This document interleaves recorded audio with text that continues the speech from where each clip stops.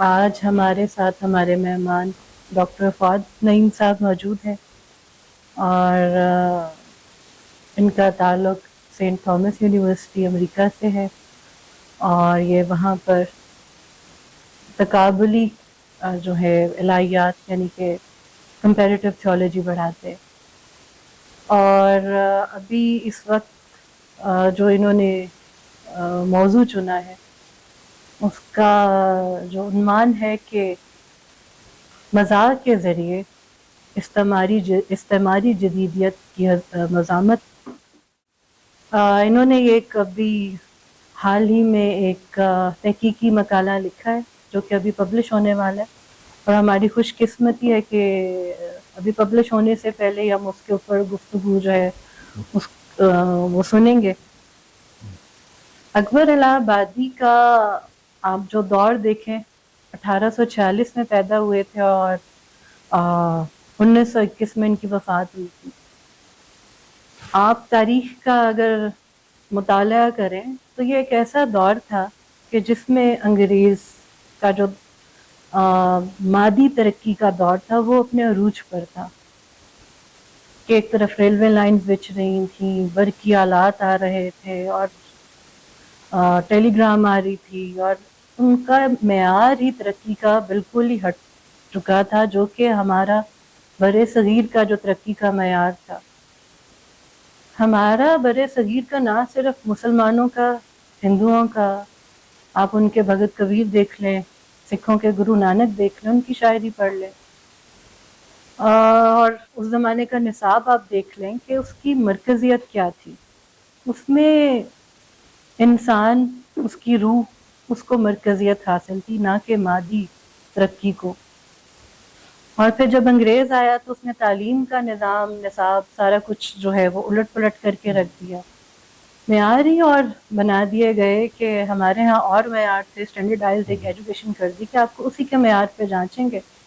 اور پھر یہاں پہ بھی تحریکیں پکڑتی گئیں، سر سید احمد خان اور باقی، اور ہماری ایجوکیشن سسٹم پہ بھی ایک طرح کا حملہ ہوا. اور جو ہمارے اور ہندوؤں کے بھی، آپ سکھوں کے بھی کہہ لیں، جو یہاں کی آبائی قومیں تھی، ان کے جو معیار تھے وہ روح اور انسان اور مذہب کو جو ہے وہ فوقیت حاصل تھی. یہاں پہ سب کچھ انہوں نے بدل کے رکھ دیا. اور پھر اکبر الہ آبادی نے اپنے قلم کو ہتھیار بنایا اور ایک فکری جنگ کی شاعری سے، اور شاعری میں بھی مزاح کو جو ہے انہوں نے چنا. محل جو قومیں اپنے اوپر ہنس سکتی ہیں وہ بڑی ریزیلینٹ قومیں ہوتی ہیں کہ وہ حالات کا مقابلہ بہت اچھے سے کر سکتی ہیں. کہ آپ جب گرتے ہیں اور جھاڑ کے ہاتھ جھاڑ کے ہنس کے جب کھڑے ہو جاتے ہیں تو آپ دیکھیں کہ شکر الحمدللہ ہم نے آزادی تو حاصل کر لی مگر ابھی تک ذہنی طور پر.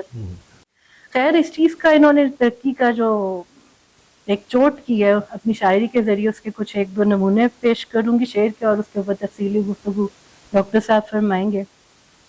اب انہوں نے جو انگریز کے تعلیمی نظام پہ چوٹ کی اپنے شعر سے، تو اکبر الہ آبادی فرماتے ہیں کہ کورس تو لفظ ہی سکھاتے ہیں، کورس تو لفظ ہی سکھاتے ہیں، آدمی ہی آدمی بناتے. کہ اصل چیز ہے کہ آپ کو آدمی بنانا، آپ تو ورنہ تو ایک محض ایک لفظ ہے، آپ نے رٹے لگا لیے ہیں. جستجو ہم کو آدمی کی ہے، جستجو ہم کو آدمی کی ہے، وہ کتابیں عبث منگاتے ہیں. عبث کا مطلب ہوتا ہے بے فائدہ، بیکار.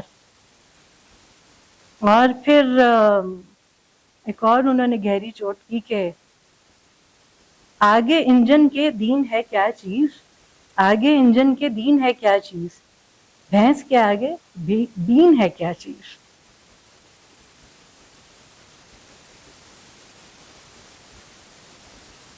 ایک اور ان کا شعر ہے کہ روح کی ترقی پہ بھی اور راہ مستقیم پہ کہ بر کو بخارات کا زور اب حکم، کب ہے پائے روح راہ مستقیم. اب مزید جو شعر ہیں اور ان کے اوپر جو تفصیلی گفتگو ہے اس کے لیے ہم دعوت دیتے ہیں ڈاکٹر فواد نعیم صاحب کو. ایک تو میں جنرل آپ سے پوچھنا چاہوں جس کا بھی دل چاہے جواب دے سکتا ہے کہ اس ٹاپک میں آپ کو کیا انٹرسٹ ہے یا پھر آپ क्या समझना सीखना चाहते हैं इसके बारे में, या आपने जैसे क्यों अटेंड की ये टॉक या इस मौजू पे? बिस्मिल्लाहिर्रहमानिर्रहीम। इसका टाइटल वही है, contesting colonial modernity, the satirical poetry of Akbar Allahabadi. Akbar al-Abadi, a North Indian satirical poet who lampooned and lambasted British imperial rule and its worldview and values, and even more so, those Indians who imitated the British, was the purveyor of one of the earliest critiques of colonialism and many aspects of Western modernity in Muslim South Asia. It would be too easy to dismiss Akbar as an obscurantist, someone unwilling to keep up with the times and the sweeping changes, including those for the better, that they were bringing. और ये नजर आता है कि अकबर की बात करते हैं लोग. But that would miss his significant early contribution to formulating a formidable critique of colonial modernity and of modern Western imperialism and its destructive impact on indigenous cultures, traditions, and religions.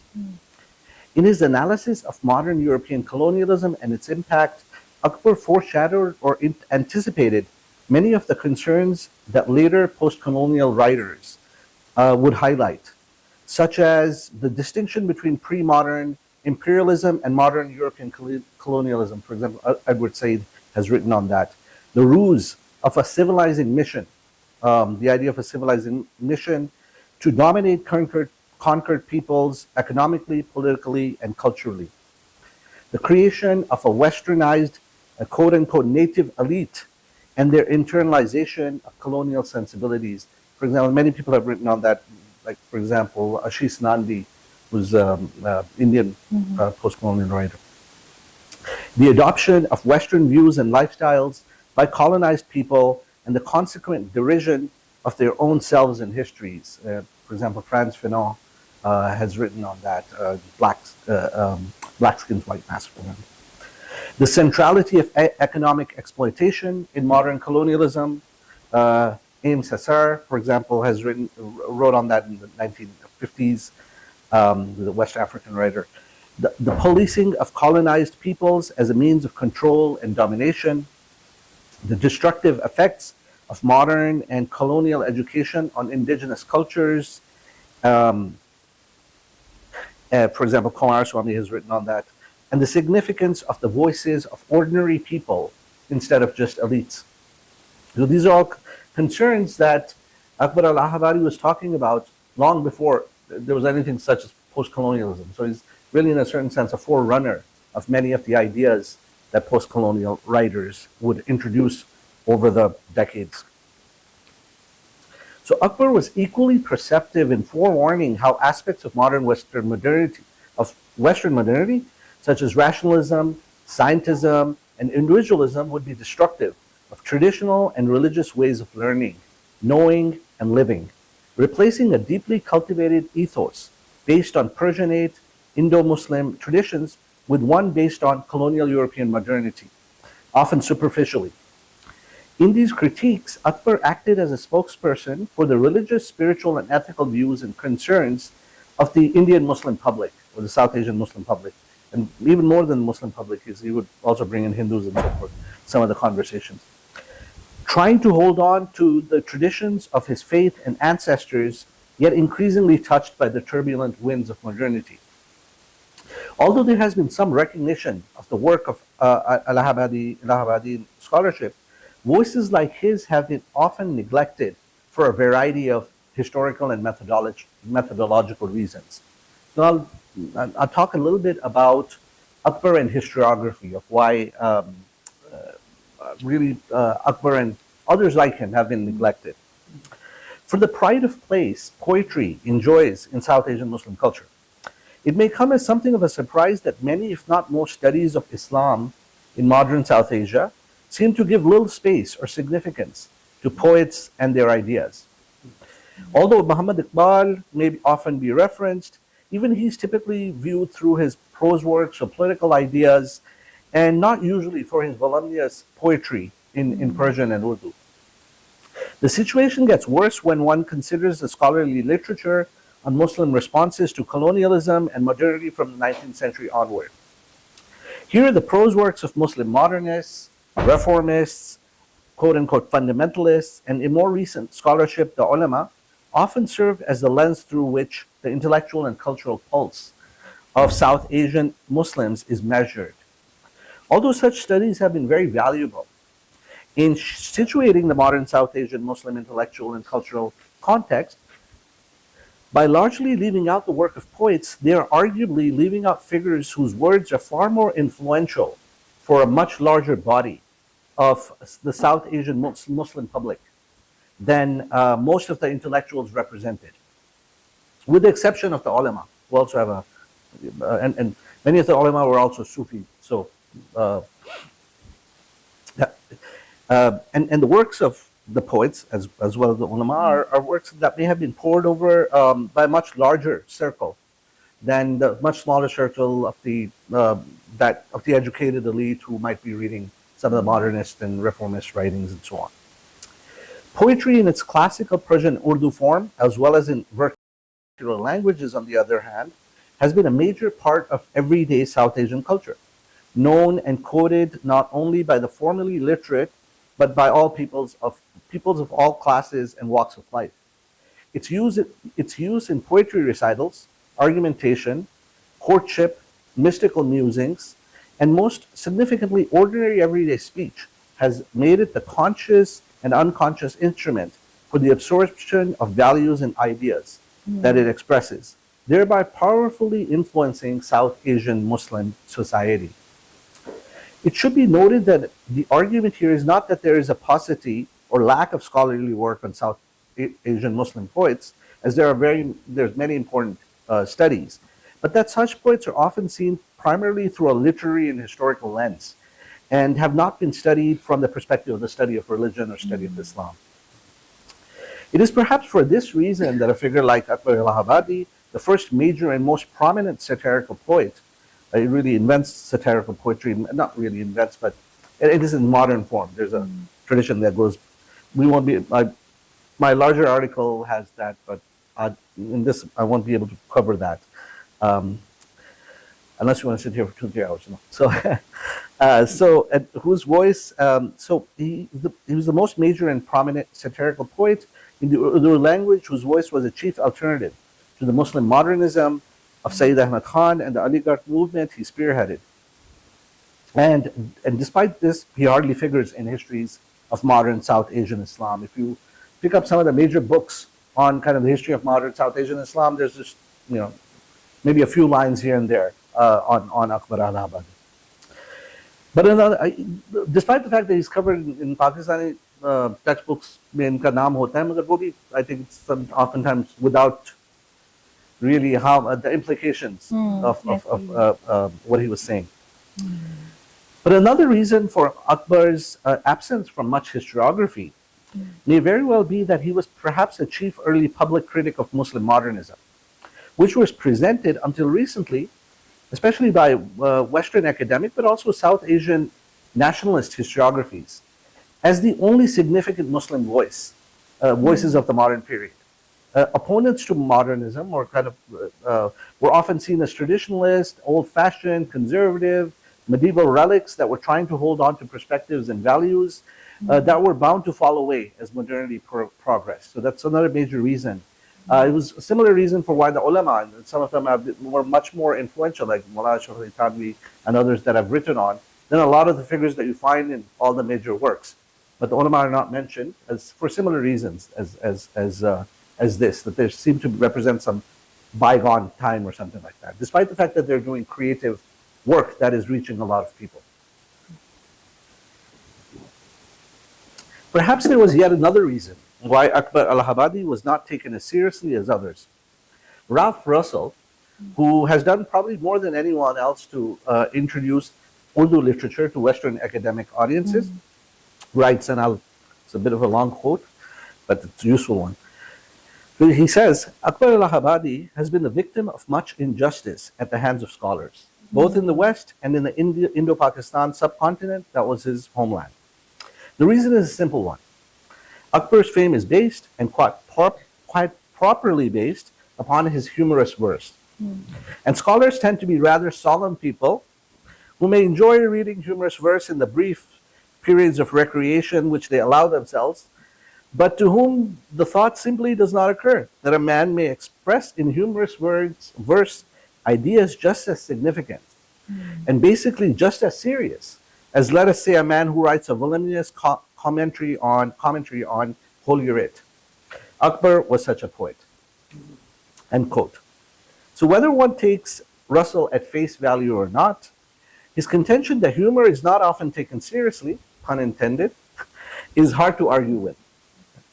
This is even more the case when one is dealing with religion, and more specifically Islam, which has often been presented particularly in popular as well as academic discourse in the West as a uniquely serious and solemn religion. This depiction, based in part on essentialist assumptions rooted in Orientalist discourse about Islam as a harsh, uncompromising religion of the desert, obscures the pervasiveness of humor in Islamic societies, from early prophetic sources down to the modern era, and how humor has been used not only in secular, but also in religious discourse and contestation in Muslim societies.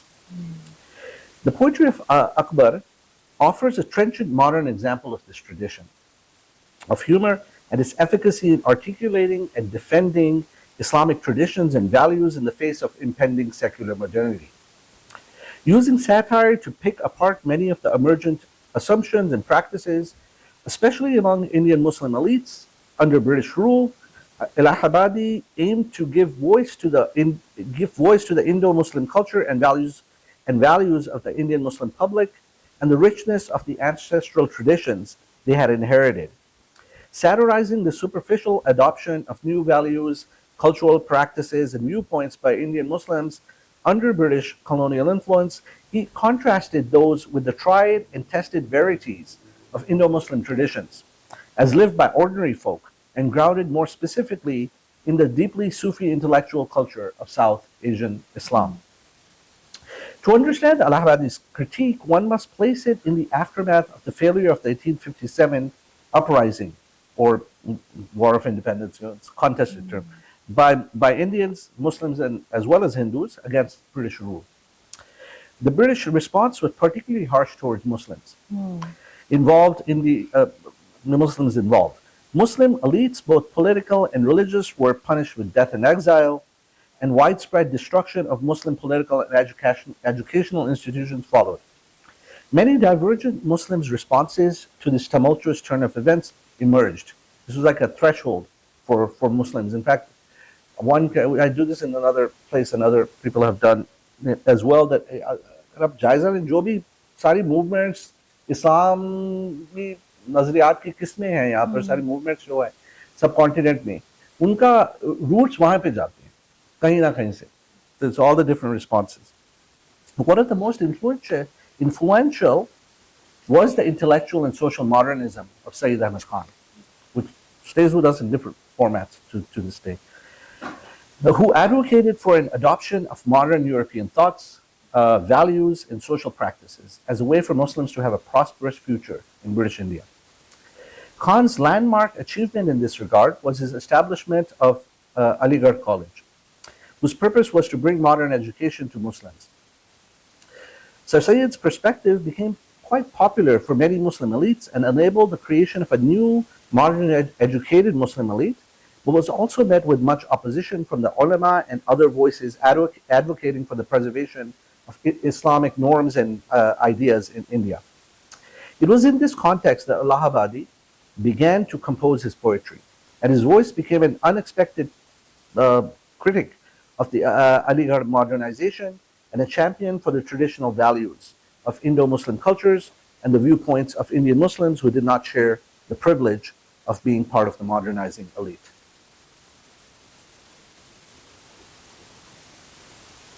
What makes Allahabadi particularly distinctive as a spokesperson for Indo-Muslim values is that he was not a simple traditionalist and engaged both British rule and its intellectual culture in a way that many other representatives of Muslim traditions, such as the ulama or Sufis, generally were not able to do so, largely because they were rarely directly exposed to it.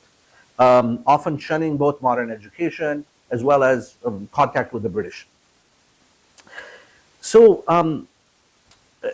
along with as for Akbar, along with the traditional Muslim education, he was educated at the British Jamuna Mission High School and started his career as a low-paid clerk before rising to the position of a lawyer and then a session judge under the British. So he had intimate contact with British and particularly other Muslims and Indians more broadly who were working under the British and adopting the kinds of things we're going to see he criticizes.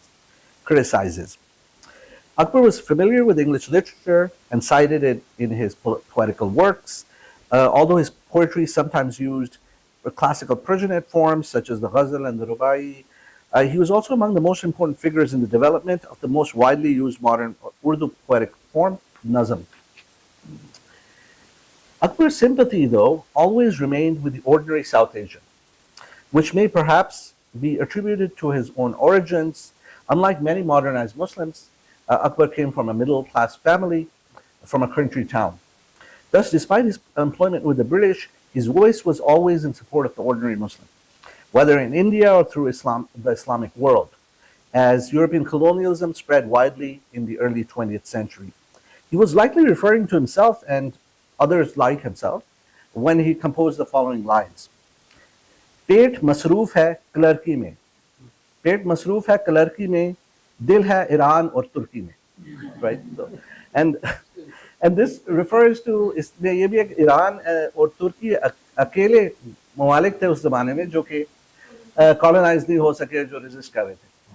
So, a chief influence on both his anti-imperialist and anti-modernist views and his use of satire was his exposure to and later contribution to the Awad Punch, a satirical newspaper that pulled no punches in its lampooning of, there's a pun there too, lampooning of British imperialism and its Indian sycophants. I write more about that in the full article, but here let's move on.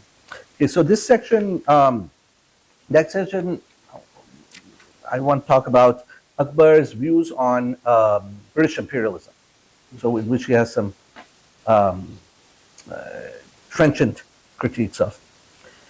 So since the basic crisis that Akbar and Muslims of his time were faced was the ever more expansive British colonization of India, we can begin with his views on British imperialism and more specifically what he identified as the true designs of the British in India and the real power structure between them and the quote-unquote natives. So he uses this term natives in Urdu as well. An English term that often pops up in his poetry. So just say a little bit about it. I want too much. आपको काफी इसका इल्म भी होगा थोड़ा तारीख का, but just speak briefly on it. British military power had come to India in the 18th century, initially in support of the East India Trading Company, which was in India ostensibly for economic purposes only.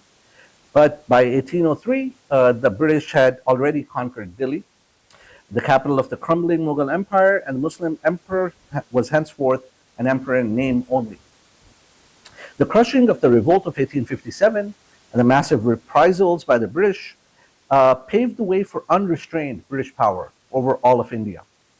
For Indian Muslims, for South Asian Muslims, it became a threshold moment.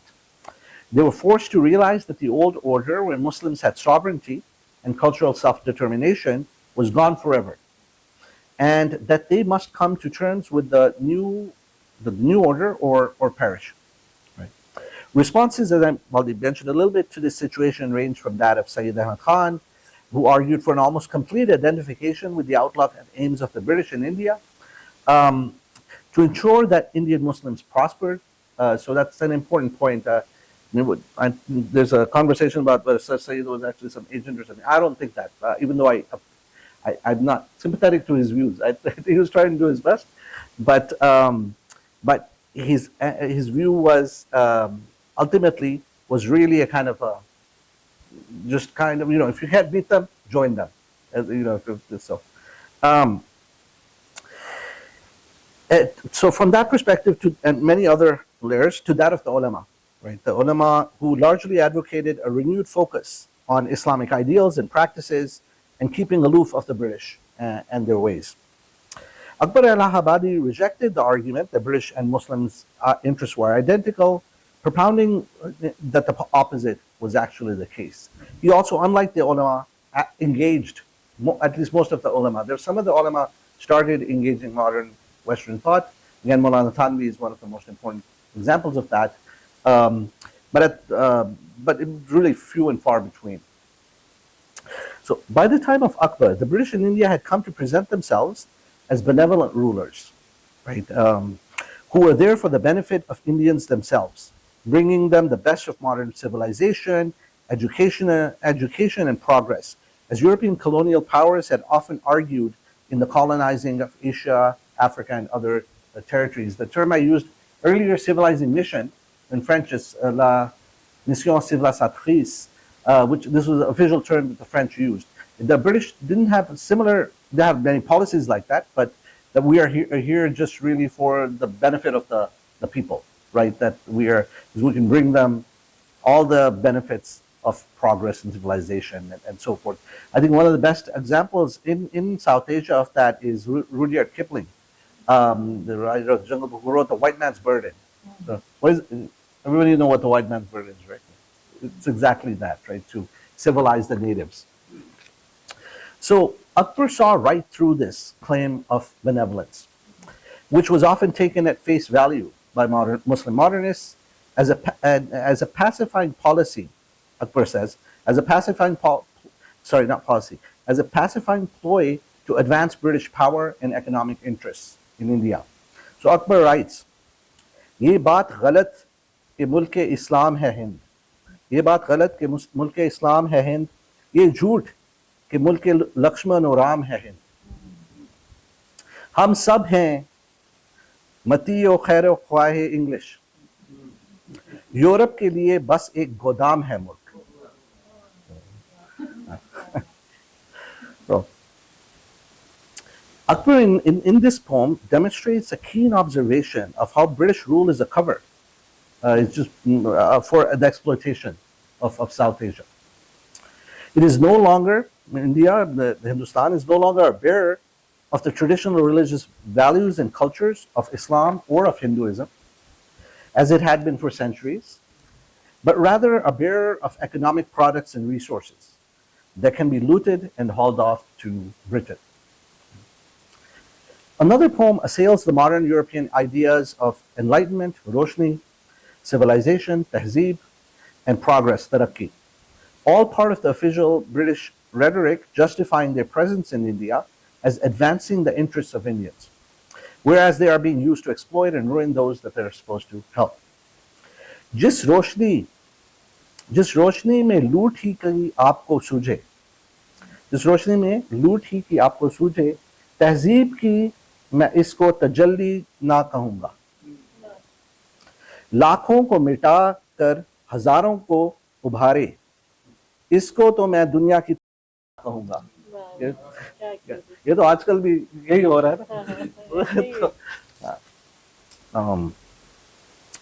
Even more pointedly, Akbar relates British and modernist Muslim talk of progress and Anglo-Muslim cooperation to a systematic inequality in which all power belongs to the British, and it is they alone that determine the framework of the relationship between themselves and others. This kind of talk of as if the colonizer and the colonized could be equal.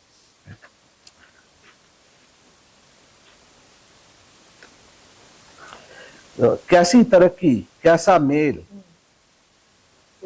हमसे, हाँ, कैसी तरक्की कैसा mail, हमसे सुन लो इसका खेल, जिसकी लाठी उसकी भैंस, फालून फालून फालून फाल. और बात इससे और आगे नहीं है कोई. हाँ तो हाँ बस हाँ बाकी fill in the blanks.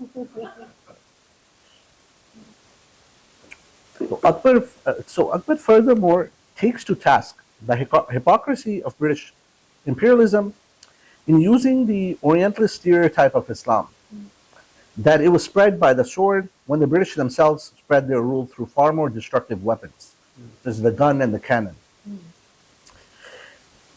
یہی فرماتے رہے تیغ سے پھیلا اسلام. یہی فرماتے رہے تیغ سے پھیلا اسلام. یہ نہ ارشاد ہوا توپ سے کیا پھیلا ہے.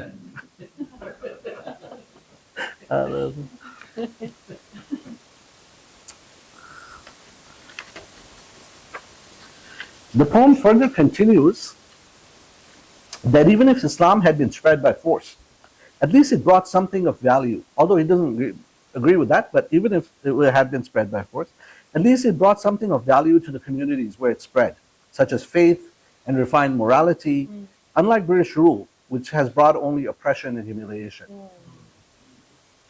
This humiliation for Indians is not only some kind of on a conceptual or emotional level, argues Akbar, but is something they experience in their everyday life.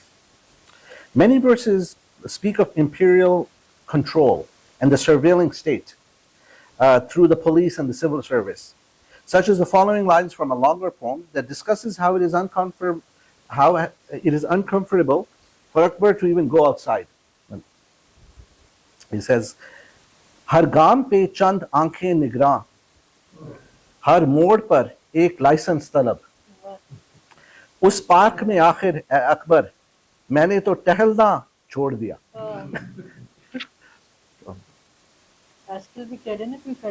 ہاں ایسے اس میں تو ایکچولی فوکو کی جو سرویلنس اسٹیٹ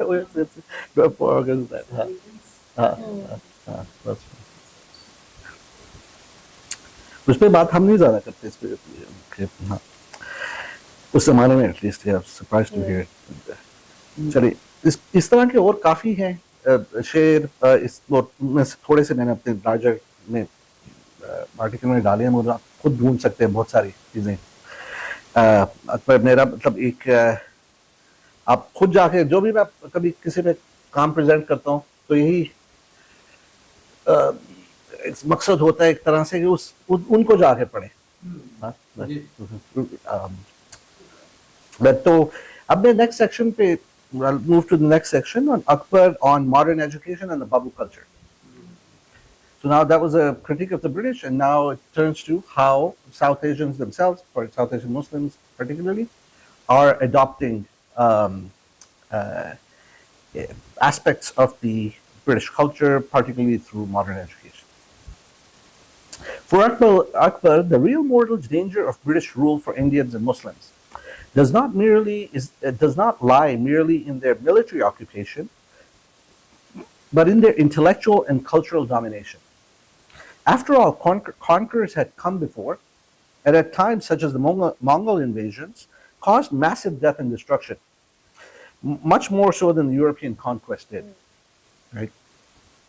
Mongols کی تو مطلب ایسے انہوں نے کئی شہر تباہ کیے کہ وہ آرڈر دے دیتے تھے کہ کوئی بھی زندہ چیز، ہر کتا بلی گھوڑا بکری سب کو مار دیا جائے. میں اس طرح تو however, these conquests did not result in the decline or destruction of Muslim cultures and intellectual traditions. That's really remarkable. As had been the case under European rules. So اس میں کیا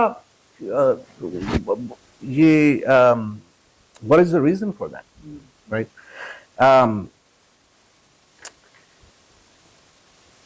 ایکچولی اس سے پہلے میں بتاؤں کوئی کسی کے پاس جواب ہے یہ کیوں ہے کہ مونگولز آئے اور بھی بہت لوگ آئے، یہ کانفرنس وغیرہ تو ہوتے تھے، آ کے مار موٹ کے چلے جاتے تھے، مگر کبھی یہ نہیں ہوا. جیسے مونگولز جو ہیں انہوں نے کافی میسو ڈسٹرکشن، پورے تباہی انہیں بہت مچائی، بہت لوگوں کو مارا، مگر یہ میرا خیال ہے ایک جنریشن دو جنریشن میں خود مسلمان ہو گئے. مگر یورپینز نے ایسا نہیں کیا، کم لوگوں کو مارا ہوگا مگر وہ انہوں نے ہمیں تبدیل کر دیا. تو اس کی کیا وجہ ہے؟ یس ہمیں ول سی وٹ اکبر کیا کہتے ہیں. اکبر کہتے ہیں پروفیسر اس کی وجہ. ہاں ٹھیک ہے، نہیں نہیں ابھی میں کہوں گا. ہاں یہ ایسی بات ہے، جی جی ایسی بات ہے، رائٹ ڈائریکشن. ہاں ہاں ہاں دیٹس رائٹ، بالکل So, absolutely. So perceptively tapping into what sets modern European colonialism apart from pre-modern forms of conquest or imperialism. This is something Edward Said has written on. Akbar argues that the British are a different type of conqueror, for they do not kill the enemy, but rather change their very nature. So they do not even know their real identity is being transformed and in the process destroyed. तो ये लिखते हैं, मशरकी तो सारे दुश्मन को कुचल देते हैं, मशरकी तो सारे दुश्मन को कुचल देते हैं, मगरबी उसकी तबीयत को बदल देते हैं. So how do Europeans change their enemy's nature, according to Akbar? They do so through the modern education. The damage then becomes not only individual as previous conquests, but rather generational. Large segments of native communities themselves embraced modern education for various reasons, so that it ended up becoming the educational template of modern South Asia. The military occupation is only the preliminary stage. It is reinforced by modern education, which so changes the enemy that they no longer remain the enemy, but rather become a stooge or puppet, one could say, or at least knowingly or unknowingly in the hands of their rulers. Akbar states on this account, "Top khiski Professor Ponche." The damage is therefore not individual, as in early conquest, but I already said that. Let's go. Akbar paints a portrait of the result as the creation of a pliant and servile group of South Asians, obedient to the British at all times. Akbar has some choice lines here, demonstrating the passivity of these Indians before their overlords. वो कहते हैं ये ठीक है, हम कहते हैं जी हाँ, बिलफाल तो हम इसके सिवा कुछ नहीं कहते. एक और जगह, हुक्म खामोशी है और मेरी जुबान, आपकी बातें हैं मेरा कान है. एक और है, ये अलग अलग जगह है. झूठ से सच को कौन चुनता है, आप कहते हैं बंदा सुनता है.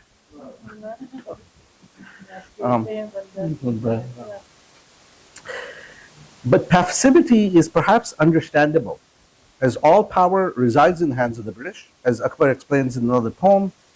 All 9 couplets end in the refrains उनके हाथ में है. उसके आखिरी 10 में पढ़ूंगा. मगरबी रंग और रोशन पर क्यों ना आए अब कलूब, कौम उनके हाथ में है, तालीम उनके हाथ में है. वैसे लंबी ज़्यादा लंबी. This equation of conquest and modernization through education is found in a particularly resonant verse that reinforces the slaughter of the innocents by the Pharaoh, as described in the Bible and the Quran. In a humorous inversion, he bemoans that poor Pharaoh would not have had to gain so much notoriety by actually having all the male Israelite children killed if he only had the cunning of the British. यूं कत्ल से बच्चों के वो बदनाम ना होता, यूं कत्ल से बच्चों के वो बदनाम ना होता, अफसोस के फिरौन को कॉलेज की नहीं सूझी.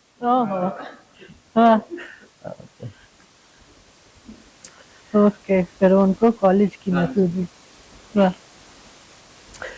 Here Akbar forcefully drives home the point that the modern education served up in British schools, British-style schools, is the killing of the young, if not in their body, then in the death of their minds and souls to their own rich heritage and cultural pathways. Ngugi, I'm not sure if इसको मैं सही pronounce कर रहा हूँ, Ngugi wa Thiong, ये एक African post-colonial scholar हैं, comments from a parallel African colonial context on this process. Quote, "The domination of a people's language by the languages of the colonizing nations was crucial to the domination of the mental universe of the colonized." End quote. English education thus replaced the worldview and sensibilities inherent in traditional Islamic forms of education in Arabic, Persian, and Urdu, with a worldview rooted in modern Western epistemologies. But it went even further than that. For Akbar argued that English education was not aimed at the refinement of Indian minds. It was not actually supposed to produce modern people who would be like the British, as the British would have one believe, but was purely instrumental to produce a constant supply of junior administrative clerks necessary for governing the country and ensure the British continued to reap the material resources of India. He writes, तालीम जो दी जाती है हमें, तालीम जो दी जाती है हमें, वो क्या फ़कत बाज़ारी, जो अकल सिखाई जाती है, वो क्या फ़कत सरकारी. So by illuminating the real purposes of this education, Akbar is only illustrating the results of the policy advocated in Thomas Macaulay's infamous Minute on Education. This is a quote from that, in which Macaulay, I think, presented this to Parliament, or anyways, it was influential. 1835, bilkul. We must at present do our best to form a class who may be interpreters between us and the millions we govern. A class of persons, Indian in blood and color, but English in tastes, in opinions, in morals, and in intellect. This is where the bubble thing comes from. It is this class that Akbar especially lampooned, calling them babus, or self-slide brown Englishmen. Indians who aspired to be just like the British and absorbed wholesale modern European ideas and values without any critical thought. Akbar had much to say about this growing class of people, as well as other Muslims who were in a confused state of identity between their own culture and modern British culture. Akbar had seen this superficial lifestyle up close, being a government servant, and lamented that Muslims had traded their faith, ideals, and values for passing and often frivolous fashions and opinions forced on them by a foreign power uninterested in their real welfare. Whatever their mistaken delusions, they would never be completely accepted by the British, but would continue to be just cogs in the wheel of their administrative control of India. He bemoans, speaking of modernized Muslims, मिटाने में जो वो हमको तो अपना काम करते हैं, मिटाने में जो वो हमको तो अपना काम करते हैं, मुझे हैरत तो उन पर है जो इस मिटने पर मरते हैं. वाह वाह, क्या बात. हैरत उन पर है जो इस मिटने पर मरते हैं. एक और भी है, हर चंद का कोट भी है, पतलून भी है, बंगला भी है, पॉट भी है, इसमें इंग्लिश अल्फाज उसमें अंग्रेजी के, साबुन भी है, लेकिन ये मैं तुझसे पूछता हूँ हिंदी, यूरोप का तेरे रगों में कुछ खून भी है. ओहो, तो गहरी उन्होंने. Some of the most darkly comic lines in Akbar's corpus are those satirizing what he saw as the increasingly superficial and meaningless lives of modern Muslims and South Asians. In a sardonic verse, Akbar comments on the sorry and ultimately meaningless existence of contemporary Muslims walking the British path, no doubt implicitly contrasting them with the ideals of spiritual awareness and accomplishment found in traditional South Asian Muslim culture.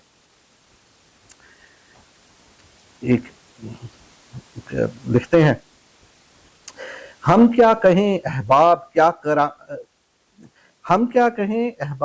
कारनामियां कर गए, हम क्या कहें अहबाब क्या कारनामियां कर गए, BA हुए, नौकर हुए, पेंशन मिली, फिर मर गए.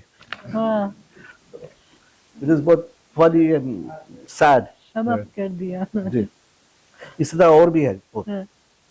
Even more acerbically, ये जो आप कह रहे हैं, छोड़ लिटरेचर, अपनी तारीख को भूल जा, शेख व मस्जिद से ताल्लुक तर्क कर, स्कूल जा.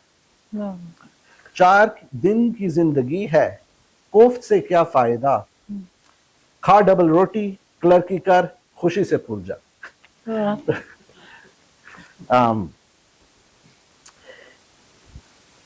اکبر ڈبل روٹی آف کورس انہوں نے انٹروڈیوس کی ڈبل روٹی. It's interesting word. Akbar humorously relates the tragic trade-off that Indian Muslims are making. Giving up everything that gave meaning and value to an Indian Muslim's life, one's literature, history, faith, community, spiritual and moral guidance, Western educated Muslims instead receive a modern school education, a clerk's job, and a sandwich. And they're supposed to be overjoyed at this fortune. In another verse, he again bemoans the paltry bargain such Muslims are making. Mazhab chodo, millat chodo, surat badlo, umar ginwao, sirf clerky ki umeed aur itni musibat, toba toba. The trade-off is so paltry. In this and other poems, Akbar critiques how modern Muslims shun communal and family ties, believing themselves superior to ordinary South Asians, ordinary Indians, because of their affinity with the British, and the belief that they are more civilized than the natives, right? With the rest of the natives, they're like the British. Akbar illustrates the emptiness of such an existence, based on impersonal modern institutions, like the state, the school, the restaurant, and the hospitals, contrasting them with the ties of love and deep relationships found in traditional communities and spaces. And one could, these are a couple of my favorite actually lines, because you could actually unpack them a lot. وہ کیا کہہ رہی ہیں آپ؟ باپ ماں سے، شیخ سے، اللہ سے کیا ان کو کام، ڈاکٹر جنوا گئے تعلیم دی سرکار نے. پھر تھوڑی بات کہتے ہیں اس کے، آپ بھی کنٹینیو کرتے ہیں مگر ہاں. کوئی اس قدر مہذب گھر کا منہ نہ دیکھا، کاٹی عمر ہوٹلوں میں، مرے ہسپتال پر، ہسپتال جا کر. تو اگین سیڈ بٹ فنی ایٹ دا سیم ٹائم. تو اچھا اس پہ ایک میرا خیال ایک آپ کو میں انوائٹ کرتا ہوں دو سوال، پھر لاسٹ سیکشن میرا خیال ہے لاسٹ ہے ماڈرن تھاٹ پہ. تو یہ اب اس لیے کہ وہ تھوڑا اتر جائے. اب میں نے شروع کیا اس کو امپیریلزم کی کرٹیک کے ساتھ، پھر کہ جو بر صغیر کے لوگ ہیں جیسے the rest of the colonised world, اب یہی حالات ہیں، انہوں نے کیسے وہ ساری چیزیں اڈاپٹ کر لی. اور پھر آپ موو کریں گے کہ ان کی زیادہ گہری اس میں کہ اکبر الہ آبادی کی جو ماڈرن تھاٹ فکر پہ تنقید ہے یا جائز ہے. مطلب اس سے پہلے میں آپ دونوں سے پوچھنا چاہوں گا، یہ جو آپ نے چیزیں سنی اور بھی، تو اس میں آپ کو کیا لگتا ہے کہ اکبر ریلیونٹ ہے ہم لوگوں کے لیے جو باتیں کر رہے ہیں؟ ڈز اٹ اسٹل کہ are they still relevant for us؟ اور اگر ہیں تو کیوں، کس لحاظ سے؟ کوئی آج کل ان کو اپلایا کیا جائے تو کہاں کیا نظر آتا ہے، اور اگر نہیں ریلیونٹ تو وہ اس کی کیا وجہ؟ تو ہاں دیکھا میں بہت زیادہ ریلیونٹ ہے. جی جی.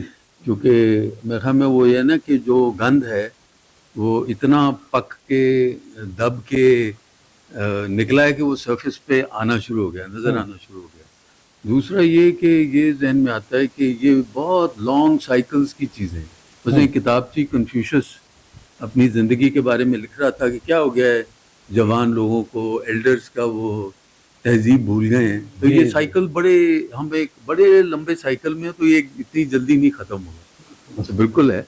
میں ایک اور چیز کہنا چاہ رہا تھا کہ یہ جو اکبر الہ آبادی کی زندگی ہے اور چارلز ڈارون کی تقریباً اسی زمانے میں وہ پاپولر ہونا شروع ہوا تھا.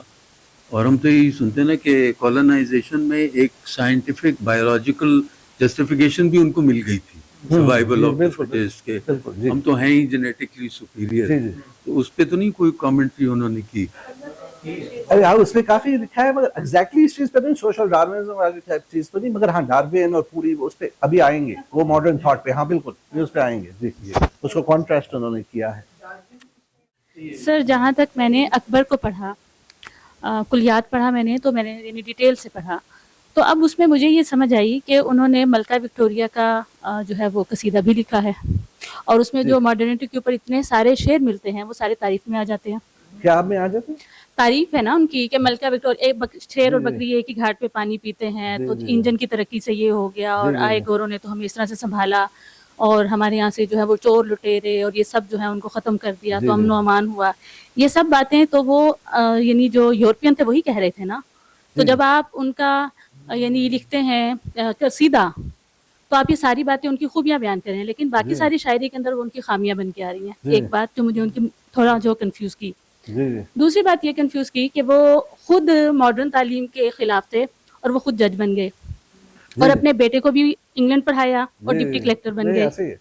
ٹھیک ہے، تو یہ بھی مجھے بہت کنفیوز لگا. مطلب کنفیوزنگ تھا میرے لیے کہ یہ کیا ہے نا، یعنی شاعری آپ کی کیا کہہ رہی ہے اور خود آپ کیا کر رہے ہیں، دونوں میں بہت فرق ہوا. اور تیسری بات جو مجھے یہ لگی کہ سر سید احمد خان کی ساری زندگی اودھ پنچ نے ان کو برا بھلا کہا، ان کی تحریک کو برا بھلا کہا. اودھ پنچ کا مقصد ہی یہی تھا. آپ میرا خیال ہے کہ پہلے تو یہ کنفیوژن میں مطلب یہاں دور کرنا چاہتا ہوں. مغلوں نے کولونائز نہیں کیا تھا. کولونائز کا ضروری ہے کہ آپ کا میٹروپول کہیں اور ہو اور آپ ایکسٹریکٹ کر کے سارا سرمایہ وہاں لیے جائیں. تو یہ یہاں رہے. وہ انہوں نے کبھی بخارا نہیں بھیجا کچھ، یا سمرکند میں نہیں بھیجا، جو بھی کیا یہاں کیا. تو یہ ایک بڑا فرق ہے. تو ابھی پہلا ٹریلینئر ڈکلیئر کیا گیا ہے ایک بندے کو، ٹھیک ہے، پچھلے دنوں. کیا ٹریلینئر؟ جو ہے 24 ٹریلین ڈالرز انڈیا سے ایکسٹریکٹ کر کے برطانیہ لے جائے گئے. ٹھیک ہے، تو اگر ہر سیکنڈ میں $1 ملین اگر ہم خرچ کریں تو اس کو تقریباً 27,000 سال لگیں گے. ٹھیک ہے، تو اتنا وہ لے گئے. خیر، اکبر بہت ریلیونٹ ہے. جیسے کہ ابھی آپ نے کہا کہ غزہ میں جو کچھ ہوا، ٹھیک ہے، تو وہ اس کا جو شعر ہے کہ فرعون کو کالج کی نہ سوجی، اس طرح سے بھی ہو سکتا تھا. تو یہ تو ہے. ٹھیک ہے، پھر یہ ہے کہ جو براؤنز کا وہ بات کرتا ہے، ٹھیک ہے، تو کالے گورے انہیں کہنا چاہیے یا ٹھیک ہے، تو وہ تو ظاہر آج بھی ہے. تو بہت ریلیونٹ ہے اکبر، تو بہت ریلیونٹ ہے. اور یہ بہت اچھا ہے.